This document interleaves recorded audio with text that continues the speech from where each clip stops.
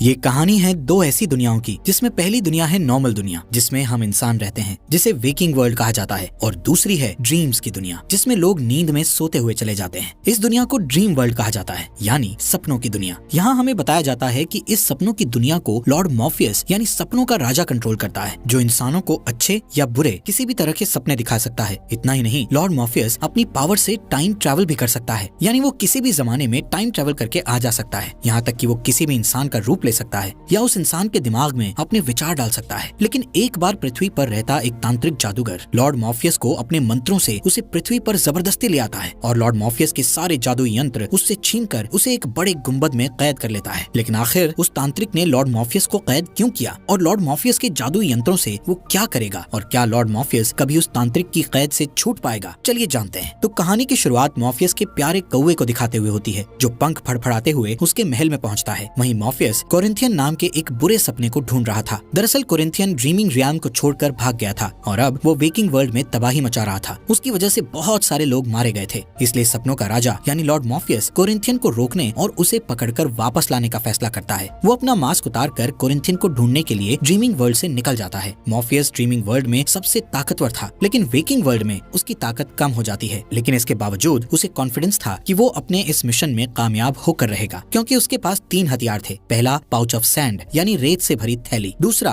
Helm यानी मुखौटा, और तीसरा उसका रूबी स्टोन। यहाँ से सीन शिफ्ट होता है और हम देखते हैं कि साल 1916 के समय में इंग्लैंड में लॉर्ड मैगस नाम का एक आदमी और एक फेमस जादूगर मिलकर मौत के देवता को काबू करने के लिए कुछ तांत्रिक साधना कर रहे हैं, ताकि वो अपने मरे हुए बेटे को जिंदा कर सकें। उनके साथ उनके चेले भी मौजूद थे, जो एक स्वर में कहते हैं अंधेरे की दुनिया में। इस बीच लॉर्ड मॉर्फियस लंदन में कोरिंथियन के पास पहुंच जाता है। कोरिंथियन उस वक्त वहाँ एक आदमी का खून कर रहा होता है। मॉर्फियस उसे मारने ही वाला होता है कि तभी अचानक उसे वो मंत्र सुनाई देता है, जो कि था अंधेरे की दुनिया में। इतना सुनते ही वो तुरंत गायब हो जाता है। यहाँ इस राज का खुलासा होता है कि मौत के देवता को पकड़ने की जगह मैगस ने गलती से सपनों के राजा को पकड़ लिया था। अब क्योंकि मॉर्फियस एक अलौकिक शक्तियों वाला अनंत जीवी था, इसलिए मैगस उसे अपने तहखाने में कैद करके उसके सैंड पाउच, हेल्म और रूबी को निकालकर अपने पास रख लेता है, जिससे मॉर्फियस कमजोर हो जाता है। उसके कैद होने की वजह से वेकिंग वर्ल्ड में अफरा तफरी मच जाती है और स्लीपी सिकनेस नाम की एक बीमारी फैल जाती है, जिसमें होता यह है कि अगली सुबह लाखों लोग नींद में मर जाते हैं, जिनमें औरतें, मर्द और बच्चे भी शामिल थे। दरअसल ये सारे लोग नींद में सपने देख रहे थे, लेकिन उसी वक्त मॉर्फियस के कैद हो जाने के कारण वो सपनों की दुनिया में ही फंसे रह गए और वेकिंग वर्ल्ड में वापस नहीं लौट पाए। ऐसे ही एक दिन कोरिंथियन मैगस को ट्रैक करके ढूंढ लेता है और उसे बताता है कि वो किस तरह मॉर्फियस को अनंत समय तक कैद करके रख सकता है। असल में कोरिंथियन नहीं चाहता था कि मॉर्फियस इस कैद से आजाद हो, क्योंकि अगर मॉर्फियस आजाद हो गया तो वो उसे अपने साथ वापस ड्रीम वर्ल्ड में ले जाएगा। लेकिन कोरिंथियन ड्रीम वर्ल्ड में वापस नहीं जाना चाहता था, इसलिए वो मैगस को एडवाइस देता है कि तुम उसे कांच के गोले में रखकर उसके चारों तरफ मंत्रों से एक गोल घेरा बना दो। कोरिंथियन जानता था कि मॉर्फियस किसी के भी सपनों में आकर उससे अपना काम करवा सकता है, इसलिए वो मैगस को कहता है कि तुम अपने सभी गार्ड्स को सख्ती से ऑर्डर दे दो कि कोई भी मॉर्फियस की मौजूदगी में ना सोए। इसके लिए भले ही उन्हें नींद को भगाने वाली कोई दवाई लेनी पड़े तो ले लें। वो मैगस को मॉर्फियस के कौवे से पीछा छुड़ाने के लिए भी कहता है, क्योंकि वो कौवा अपने मालिक मॉर्फियस का बहुत वफादार था और वो उसे छुड़ाने के लिए कुछ भी कर सकता था। ये सब सुनकर मैगस बेसमेंट में जाता है, जहाँ मॉर्फियस कैद था। मैगस मॉर्फियस से कहता है कि मुझे गलत मत समझना, क्योंकि मैं सिर्फ तुमसे इतना सा काम करने को कह रहा हूँ कि तुम अपनी शक्तियों से मेरे मरे हुए बेटे को वापस जिंदा कर दो, जिसके बदले में मैं तुम्हें यहाँ से आजाद कर दूंगा। लेकिन मॉर्फियस उसे कोई भी जवाब नहीं देता, जबकि उसे उस गुंबद में काफी ज्यादा तकलीफ हो रही थी और उसकी बॉडी भी बहुत मुश्किल से मूवमेंट कर रही थी। इसी तरह समय गुजरता रहता है और पूरे 10 साल गुजर जाते हैं। अब मैगस का दूसरा बेटा एलेक्स बड़ा हो चुका था और वो कैद में पड़े हुए मॉर्फियस के बारे में जानने को बहुत उत्सुक रहता है। एक दिन एलेक्स उसके पास जाकर उसे कहता है कि अगर तुम मेरे भाई को जिंदा कर सकते हो तो तुम यहाँ से आजाद हो सकते हो, मैं खुद तुम्हें आजाद करूंगा। वहीं मॉर्फियस उसकी बातों को सुनकर भी खामोश रहता है और अपने मन ही मन में कहता है कि मैं तुम लोगों को वो चीज नहीं दे सकता जो तुम मांग रहे हो, क्योंकि अगर मैंने ऐसा किया तो वेकिंग वर्ल्ड और ड्रीम वर्ल्ड दोनों जगहों में ही गड़बड़ हो जाएगी और लाखों लोग मारे जाएंगे। यहाँ हमें पता चलता है कि मॉर्फियस की चुराई गई जादुई चीजों की बदौलत मैगस और उसके साथियों को धन दौलत के साथ साथ ताकत और जवानी भी मिल गई थी। यहाँ से सीन शिफ्ट होकर साल 1926 में चला जाता है, जहाँ पर एलेक्स एक बार फिर से मॉर्फियस से बात करता है। वो मॉर्फियस से दोबारा वही कहता है कि अगर तुम मेरे मरे हुए भाई को हमें वापस जिंदा लौटा दो तो मेरे पिता तुम्हें इस कैद से आजाद कर देंगे। लेकिन उसी वक्त मैगस वहाँ आ जाता है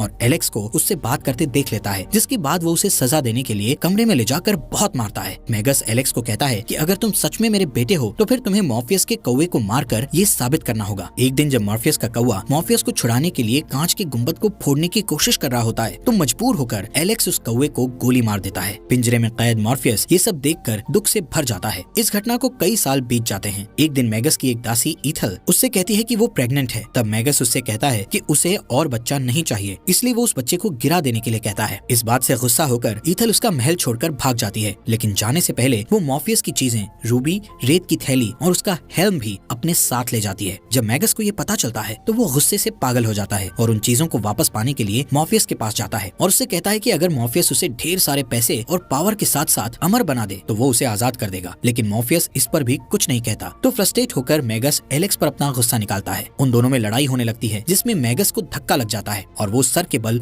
जमीन पर गिर जाता है, जिससे तुरंत उसकी मृत्यु हो जाती है। इससे घबराकर एलेक्स गार्डन में चला जाता है, जहाँ उसकी मुलाकात पॉल नाम के एक वर्कर से होती है। पॉल उसे दिलासा देता है और एलेक्स से कहता है कि उसे मॉर्फियस के पास जाना चाहिए और उससे हेल्प मांगना चाहिए, पर एलेक्स कहता है कि उसने मॉर्फियस के कौवे को मार डाला था, इसलिए इस वक्त उससे हेल्प मांगना सही नहीं होगा। इस तरह कई साल और गुजर जाते हैं और मॉर्फियस को कैद में पड़े हुए 104 साल बीत जाते हैं। पॉल और एलेक्स दोनों बूढ़े हो चुके थे, उनके पूरे शरीर में झुर्रियां पड़ चुकी थी, लेकिन वो दोनों अब भी मॉर्फियस के साथ सौदेबाजी करना चाहते थे। एक दिन पॉल एलेक्स को व्हील चेयर में बिठाकर उसी जगह आता है जहाँ मॉर्फियस कैद था और उसके चारों तरफ बने हुए घेरे को जानबूझकर तोड़ देता है, ताकि सपनों का देवता मॉर्फियस अपने पावर्स को यूज कर सके। उनके जाने के बाद मॉर्फियस वहाँ मौजूद गार्ड्स में से एक को अपनी शक्ति से सुलाकर उसके सपने में पहुंच जाता है। फिर वो उस गार्ड को गोली चलाकर कांच के गोले को तोड़ने पर मजबूर कर देता है। फिर जैसे ही मॉर्फियस कैद से बाहर निकलता है, वो एलेक्स से बदला लेने के लिए उसे हमेशा के लिए सुला देता है, जहाँ उसे एक के बाद एक दूसरा डरावना सपना आता रहता है। अब मॉर्फियस 104 साल तक कैद में रहने के बाद वापस अपने ड्रीम वर्ल्ड में लौटता है, तो वो ये देखकर हैरान रह जाता है कि वहाँ सब कुछ बदल चुका था। पहले वहाँ जो खूबसूरत महल था वो अब बुरे हाल में पहुंच चुका था। मॉर्फियस वहाँ के मेन लाइब्रेरियन लुसियान से मिलता है, जो उसे बताता है कि वहाँ राजा के न होने से बहुत सारे लोग उस जगह को छोड़कर जा चुके थे। ये सब सुनकर वो बहुत दुखी हो जाता है और कसम खाता है कि वो अपनी इस दुनिया को फिर से बसाएगा और उसे अपना पुराना मुकाम दिलाकर रहेगा। दूसरी तरफ कोरिंथियन को एक घर में एक आदमी के साथ दिखाया जाता है। वो उस आदमी को मारने वाला होता है। कोरिंथियन को ये पता चल चुका था कि मॉर्फियस वहाँ से आजाद होकर जा चुका है और अब वो कभी भी उसे लेने आ सकता है। यहाँ पता चलता है कि कोरिंथियन के चेहरे पर आंखें नहीं थी, बल्कि आंखों की जगह छोटे छोटे दांत थे, जिन्हें देखकर ऐसा लगता था कि वो छोटे छोटे मुंह थे। इसी वजह से वो हर वक्त काला चश्मा पहने रहता था। वो जब भी किसी को मारता तो उनकी दोनों आंखें निकाल लेता था। उधर ड्रीम वर्ल्ड में मॉर्फियस लुसियान से कहता है कि वो अपने हथियारों, रूबी, सैंड पाउच और हेल्म के बिना कुछ नहीं कर सकता, इसलिए अपनी दुनिया को फिर से आबाद करने के लिए सबसे पहले उन हथियारों को ढूंढना होगा। अब सीन शिफ्ट होता है और हमें न्यूयॉर्क का बफलो एरिया दिखाया जाता है, जहाँ बूढ़ी ईथल लोगों से छुप कर रहती है, क्योंकि वो एक इंटरनेशनल क्रिमिनल बन चुकी थी और अलग अलग रूप बदलकर जी रही थी। एक दिन कोरिंथियन उसके पास आता है और उसे पार्टनरशिप का ऑफर देता है। चूंकि वो दोनों मॉर्फियस के दुश्मन थे, इसलिए ईथल उसकी बात मान लेती है। फिर वो दोनों उस सिचुएशन से निपटने के लिए प्लानिंग करते हैं। ईथल झूठ बोलती है कि उसे मॉर्फियस के हथियारों के बारे में कुछ नहीं पता,